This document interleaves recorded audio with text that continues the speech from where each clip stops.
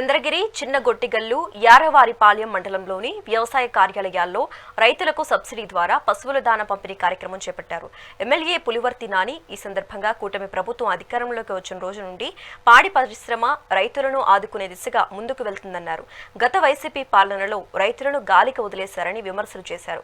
గత ప్రభుత్వంలో స్వార్థ రాజకీయాల కోసం వైసీపీ పార్టీ నాయకులకు మాత్రమే పశువుల దాన, పనిముట్లు, డ్రిప్ ఇరిగేషన్, ఎరువులు, ఇతర వస్తువులు పంపిణీ చేశారు. వైసీపీ ప్రభుత్వానికి కూటమి ప్రభుత్వానికి చాలా తేడా ఉందని చెప్పారు. నాతోటి రైతు బిడ్డలందరికి కూడా పేరు పేరు నమస్కారం. మీరు చూస్తుంటారు,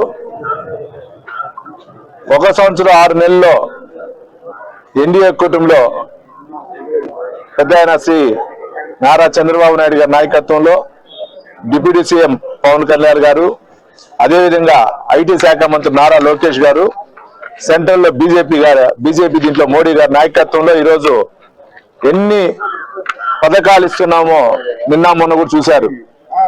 మొన్న అన్నదాత సుఖీభవ కింద 2వ విడత 7,000 రూపాయలు కూడా వేయటం జరిగింది ప్రతి ఒక్క రైతు సోదరులు, అర్హులైన వాళ్ళందరికీ కూడా. దాని తర్వాత ఇమ్మీడియట్ గా చూస్తుంటారు, దానా కింద మన నియోజకవర్గం వ్యాప్తంగా ఎత్తుకుంటే టోటల్ 2,940 కేజీలు వచ్చింది, 40 బ్యాగులు వచ్చింది. ఒక బ్యాగ్ వచ్చి 50 కేజీలు. అదే విధంగా ఈ చిన్నగొట్టిగల్లు మండలానికి 445 బ్యాగులు రావడం జరిగింది. పక్కనున్న ఎర్రావారిపాలెంలో 465 బ్యాగులు వచ్చింది. అంటే మీరు ఎందుకు ఇవన్నీ చెప్తున్నా అంటే, ప్రతి ఒక్క రైతుకు అందుబాటులో ఉండాలని 1,100 రూపాయలు అయినటువంటి బ్యాగ్ ని ఈ రోజు 50% సబ్సిడీకో 550 రూపాయల రూపాయలు ఈ రోజు ఇవ్వటం జరుగుతా ఉంది.